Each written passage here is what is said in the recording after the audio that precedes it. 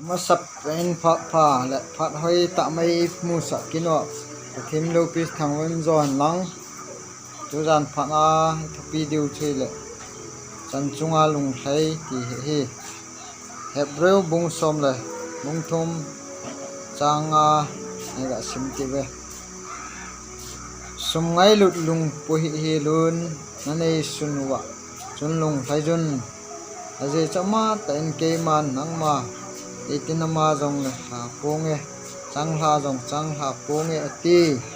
bible thing so pathin chan cha din phat the bo pi lang so piul nau te ho gil ten gel te emo jesu nung je christian hi nau hin I tabanga he hin khu iman vem chan to alung oi ji hi ini nam ai chan chungai lung oi nam ti hi yel ten ga gel khom la mun he jen le sen hin gari ni ne gari thum ade gari thum ne gari li alule in song song ni ne song thum ade it is un alule it is un thil man tam ta in sung nei le go nan nei chungai jong sang a hoi jo sang a pha jo in thupi elo nei le go thupi ta na dei ki ni na he le chon le se ne dei ki plan na gam he ai ama wang jesu nung jei di ta christian ho cho chan chunga lungoi thei ding hi ve ti se no mun he le chon chan chunga lungoi ha sa the jong la jesu nung jei christian hi na hin ai ma ho hin athen thu to ke to hai san to wa lungoi thei diu ngai he china dinga chun khep na thu ham hama em ngai pap sin na hong lun duam na hong lun teng chule chan to lungoi thei lon ho ko exam mangai nunga san thei no do ama thuing hoi sim a bible thing hoi sim wa taw na kong ka chan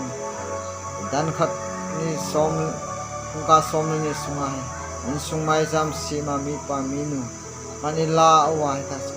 ita wa ni se a min panai taw eng lo so chan to lungoi ji then ei pe de ti se nu ama te ke gam hat teng la wang ki chun ama a melu le chan to lungoi ji yen lo bol the lo ji the lo sunung ji christian ni ta hi na ban chan to lungoi he koi mo ma jeng ni ki chun nau te ho ki ten gel lang ujan phat hin chan to lungoi ji hi ki chu ngai ni jun pap se duam na gam le se len nau he de ki plan na gam he sun ta chu sun za khat